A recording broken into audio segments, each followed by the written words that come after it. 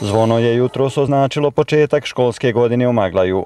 450 učenika matične osnovne škole Maglaj, koja je najteže stradala u poplavama, konačno su u školskim klupama. Drago mi je što sam pošla u školu i da vidim svoje drugare.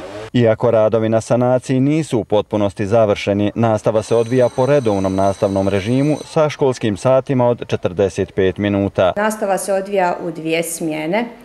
Ostali učionice koje su nam još urađene, sređene, ali zbog velikog procenta vlažnosti nisu u upotrebi, ali to nam nikakav problem ne predstavlja za normalno odvijanje nastavi. Učenike i roditelje zabrinjava način na koji će biti nadoknađeno propušteno gradivo. Ipak, svi su s olakšanjem dočekali početak nastave. Pa jest, ali dobro da su sad krenuli. Biće, nadoknadit će sve.